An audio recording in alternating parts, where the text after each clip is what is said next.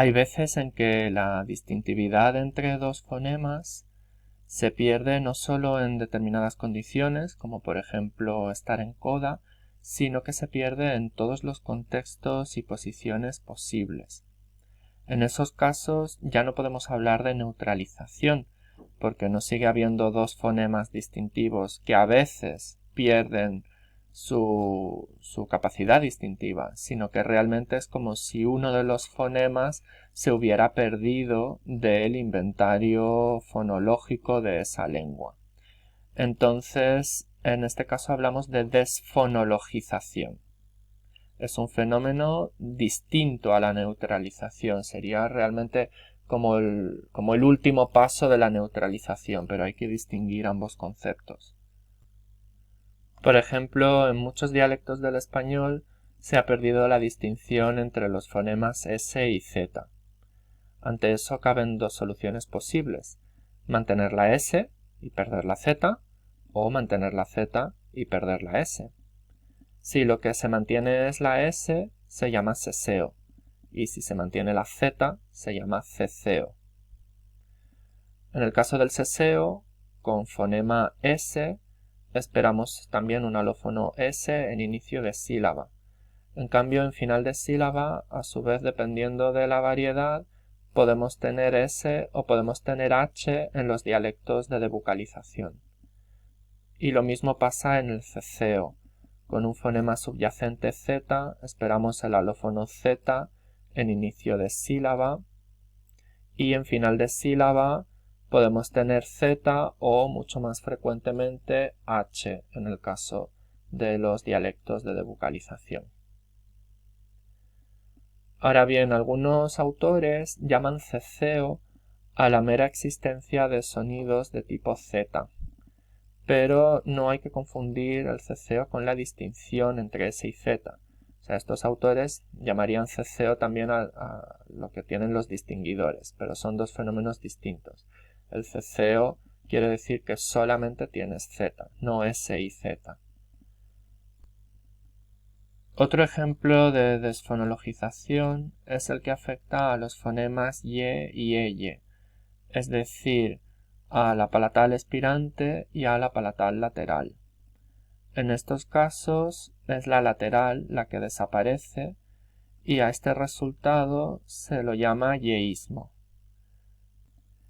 El fenómeno del yeísmo tiene dos grandes soluciones.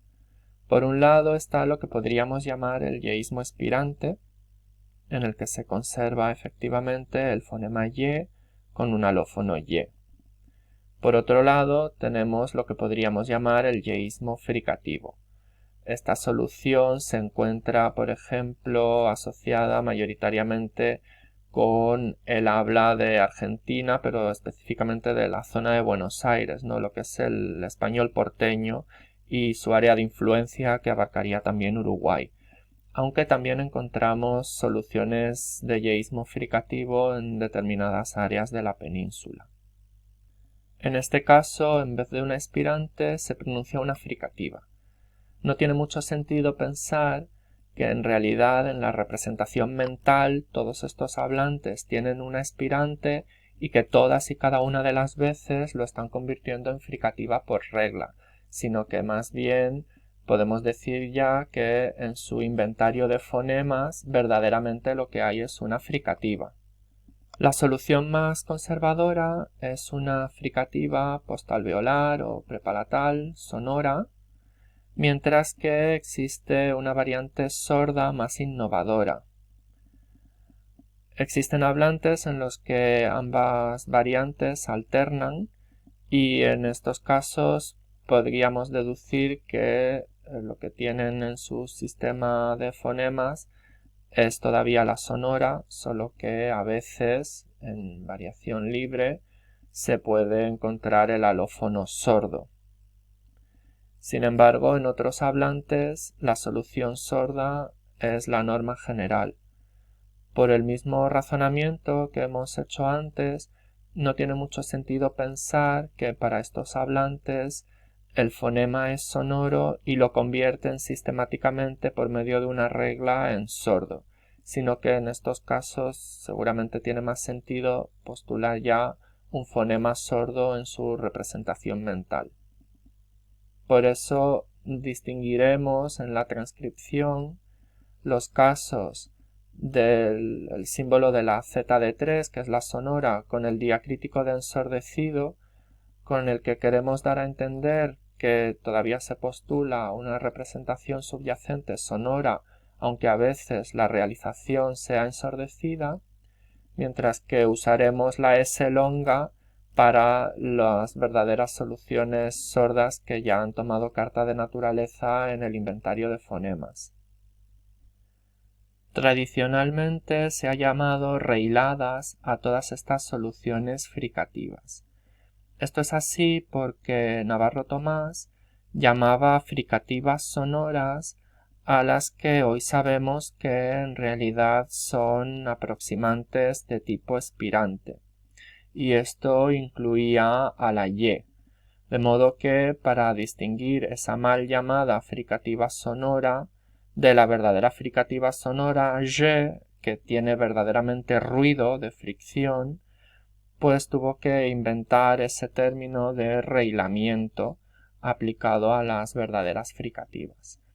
Sin embargo, desde una perspectiva más moderna, este término seguramente ya no tiene mucho sentido, puesto que sabemos que no tenemos dos tipos de fricativas y que haya que añadir una especie de apellido reilada a una para distinguir de la otra, sino que simplemente tenemos una espirante y una fricativa.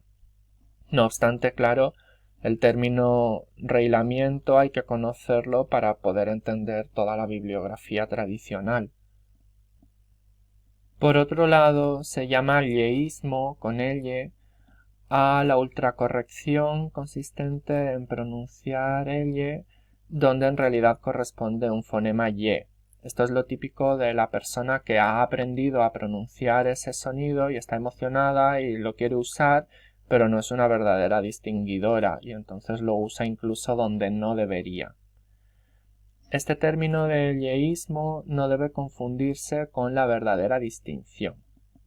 A los hablantes distinguidores los llamaremos simplemente así, distinguidores, diferente de un hablante yeísta que comete ultracorrección.